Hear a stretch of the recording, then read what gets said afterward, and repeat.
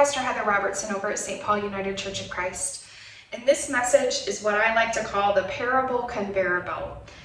It's the beginning of our series on casting the net, and this particular piece is looking at righteousness. We start in Matthew chapter 13, verses 31 through 33, and then go 44 through 52.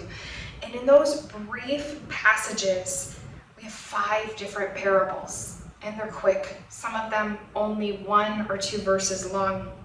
It starts with the parable of the mustard seed, where Jesus tells them a parable about how the kingdom of heaven is like a mustard seed, and the man takes it and plants it, and yet even though it's a tiny seed, it gives a great garden of plants and becomes a tree, and birds come and find safety in its branches.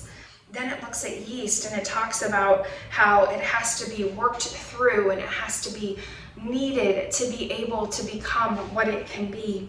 And then it drops down and looks at the parable of the hidden treasure and finding the treasure in a field. And then it goes and talks about a pearl merchant who's looking for fine pearls and goes away and sells everything they have because they realize they found the one thing that really matters. And then there's the fishing net. This starts at verse 47, and it talks about a net that goes down in a lake and it catches all kinds of fish, and they pull it to shore and they take a look at it and they decide which are the fish that are worth keeping and which are the fish that are going back. And once again, this is a reminder that at the end of the age is the only time that we're really going to understand what it is that has value, that what God values may not be the things that we think are worth value, and that what we think doesn't have value may be exactly what has value in the eyes of God. So we have to continue to look back at the teachings of Jesus to understand what it is that has value and what doesn't. What did Jesus value? Jesus valued creation. He used creation as a way to explain God's character and the way that God moves and exists and has their being in this world. Jesus valued people. He valued getting right in the middle of people's messy stories, connecting with them and impacting their lives in real ways. And Jesus valued that God ultimately had the answers, that oftentimes we thought that we could figure it out, but it was really Jesus who had the answers. It was really God who was showing the way, and it was really the Spirit that was encouraging us and giving us what we need. Let us pray.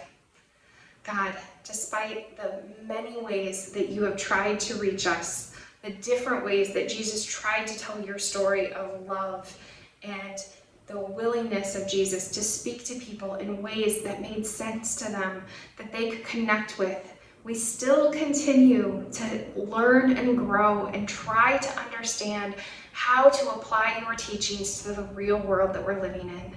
Help us, God. Help us to continue to listen, continue to reach to us, no matter what it takes, so that we can hear your teachings and learn from them and apply them in ways that make this earth more like heaven. And when we struggle, when we're not sure what to say or even what to pray, thank you for the words of Jesus that show us the way. Our Father, who art in heaven, hallowed be thy name. Thy kingdom come, thy will be done on earth as it is in heaven. Give us this day our daily bread, and forgive us our debts as we forgive our debtors. Lead us not into temptation, but deliver us from evil. For thine is the kingdom and the power and the glory forever. May we go in grace and peace into the world to learn from one another, to hear the voice of Jesus in one another, and to grow into the people that God created us to be. May you go in grace and peace, knowing you are loved, to be love in this world. Amen. Have an awesome week as you continue to learn and grow every step.